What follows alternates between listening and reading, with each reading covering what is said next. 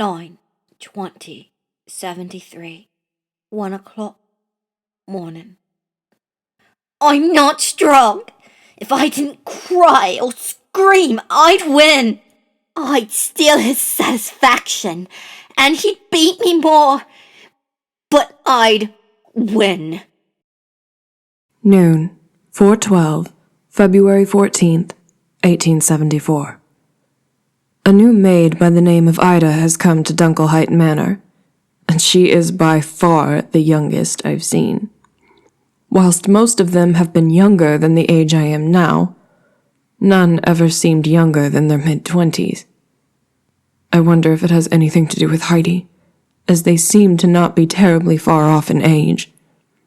I'd have to guess that the girl is somewhere between 16 and 18, and Heidi is just a few months from 15. She also appears to be German, but is well-versed in English as well.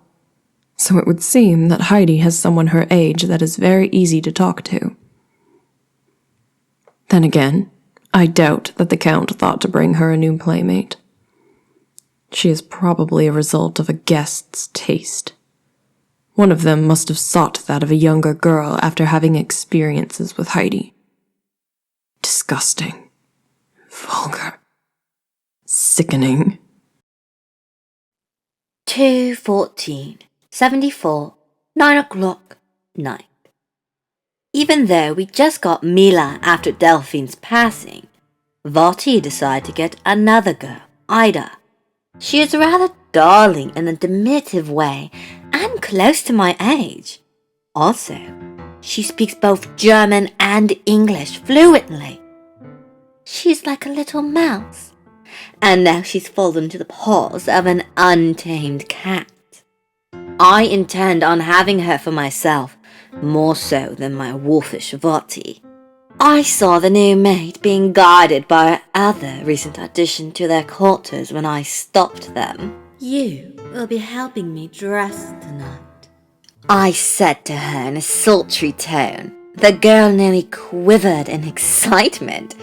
I knew she was a sappist. But, Miss Heidi, Mila started. Shouldn't I be the one? I already received my instructions from his lordship, and Ida here is new. Here are your new orders. The meek woman seemed taken aback and confused. Vati will be crossed with me more than you. So go on. You're relieved of your duties. I doubt he'd give a flying fuck as to who dresses me. Mila bowed her head, and I turned back to Ida, who finally spoke. Hello, mistress. Are you the lady of the house? I responded in German. It is your honor to be in the presence of Heidi Dunkelheit.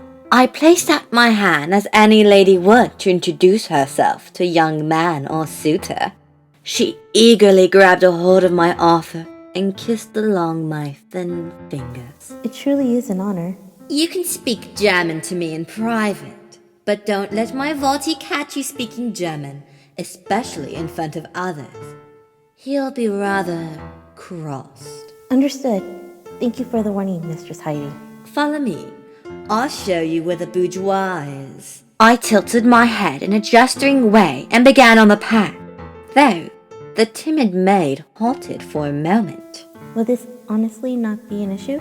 As long as you didn't tell on me, I won't tell on you. Ida took a big swallow and proceeded to follow me.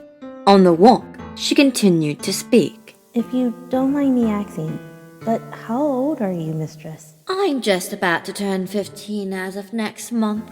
Not possible. You look as though you could be at least 18 years of age. Are you calling me a liar? Of course not, Mistress Heidi.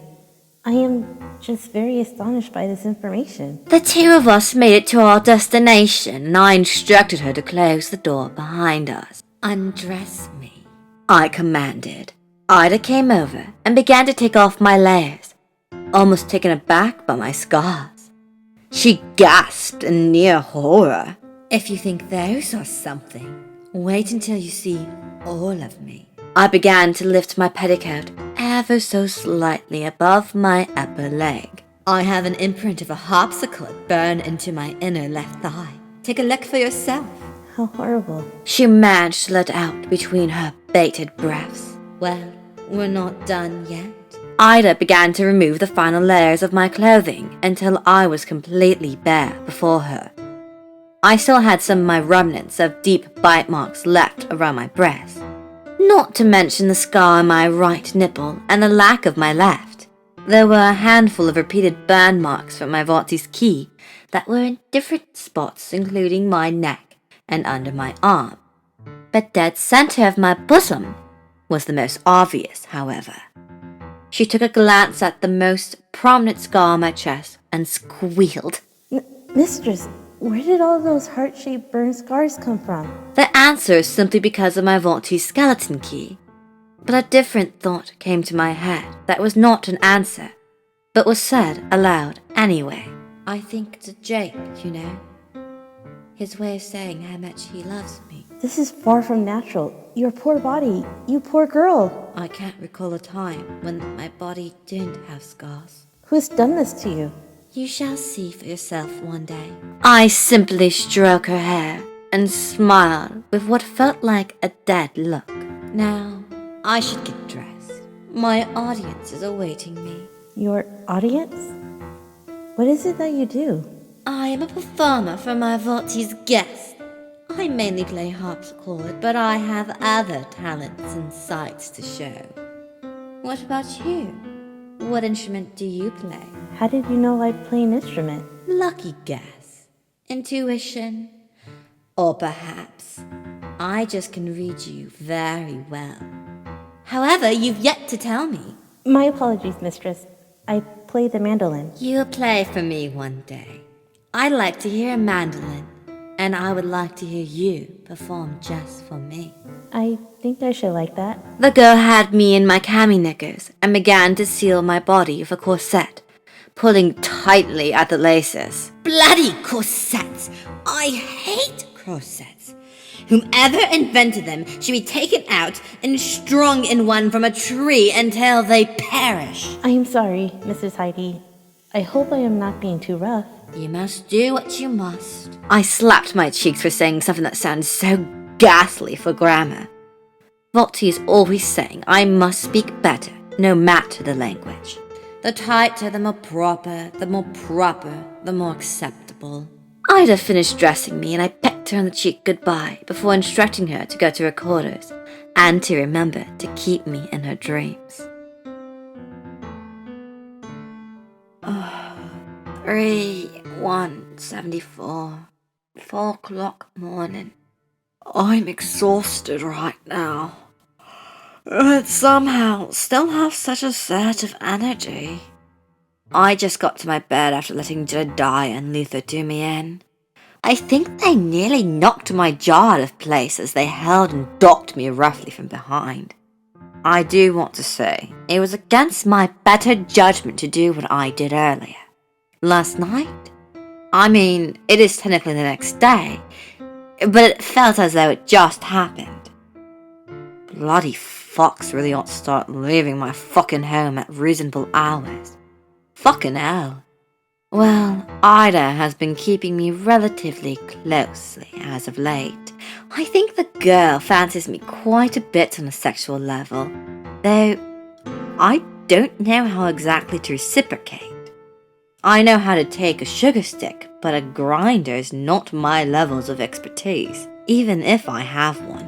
Well, I think it makes things easier for her that we're around the same age and fluently speak the same languages. I had been walking by the halls when I heard a slight commotion in a nearby room.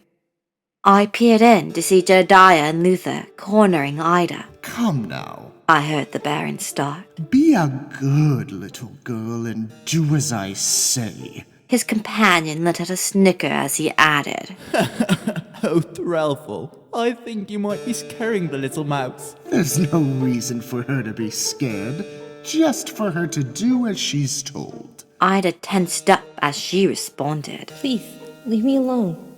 I should get back to my services. You can do that by surfacing us. He reached out for the girl, who squirmed from his grasp. Let me be! I was screaming for help. You're all so foolish. Don't you know this is why you are here? Jedediah commented. Of course she doesn't have any sense or a brain. She's a girl.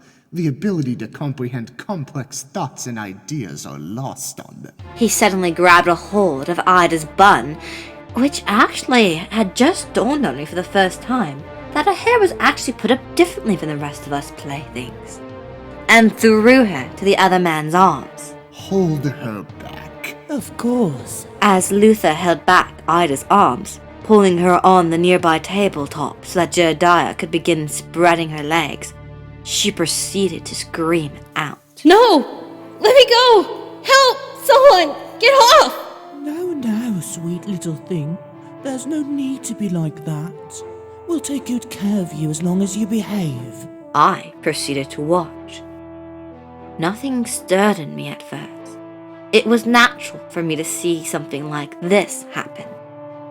Then the girl cried out, Heidi! Now, I know she didn't know I was nearby.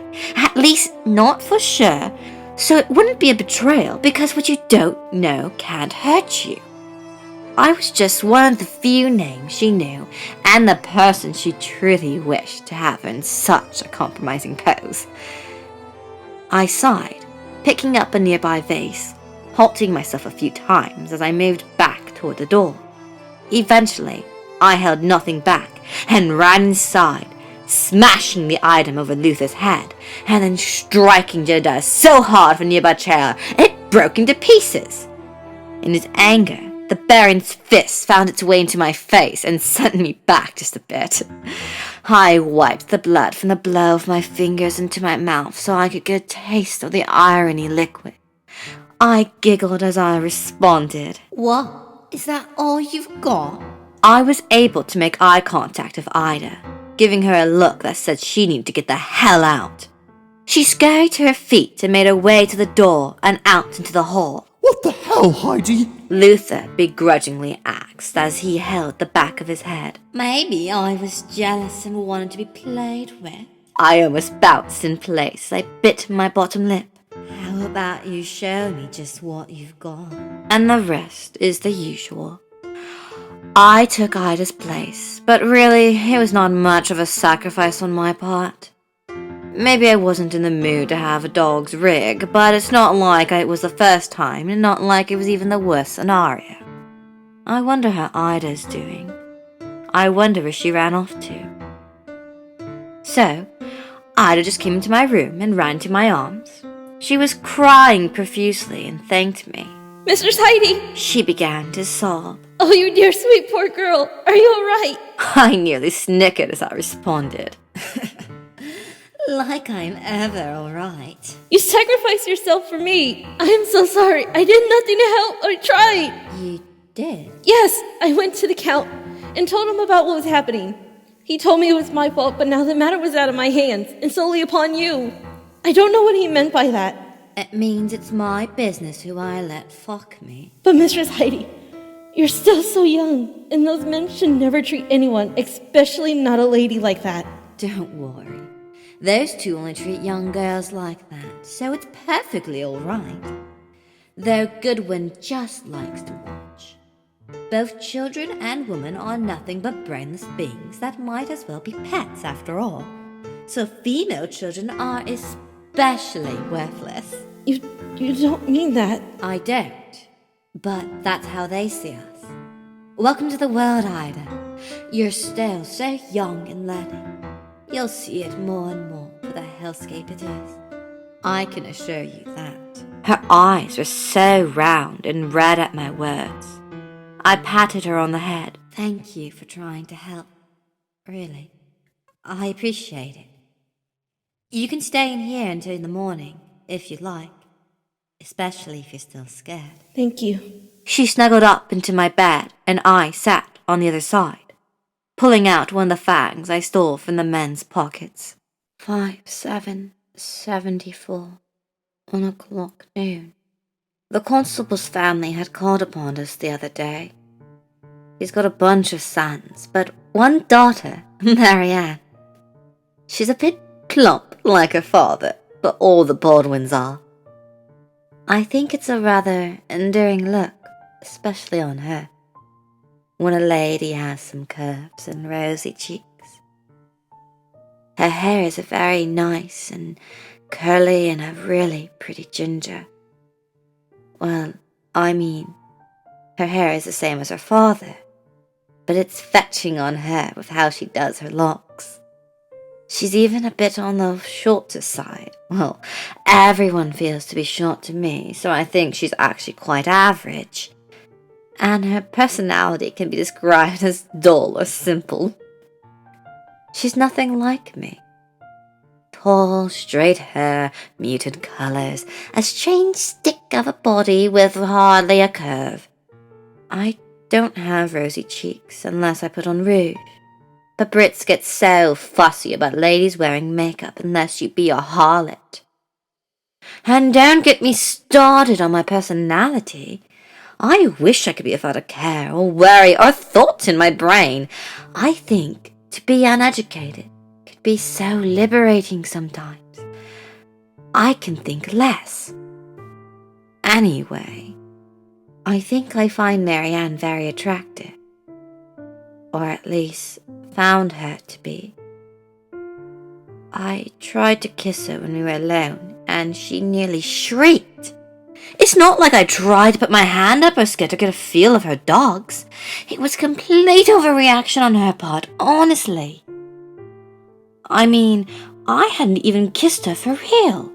She immediately told on me to her Voti when he came a-running to check on us. Well, the constable had a follow-up with us to see as to how he should keep this scandal under wraps. Apparently, Voti is lying, saying that story should be that I was drunk and got in some alcohol.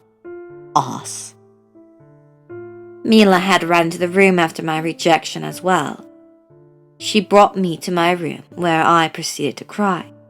So in response, the maid kissed me on the nose and said, You're a fine girl, Miss Heidi, so please don't be so downtrodden. I couldn't help but to ask, Do you think I'm pretty?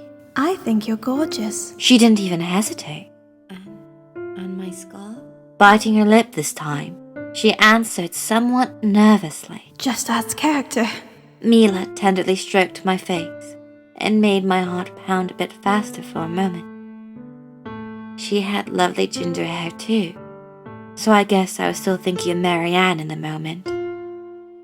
I told her she was dismissed after that. It hurt. And now, with the like and the accusations, it almost hurts even more.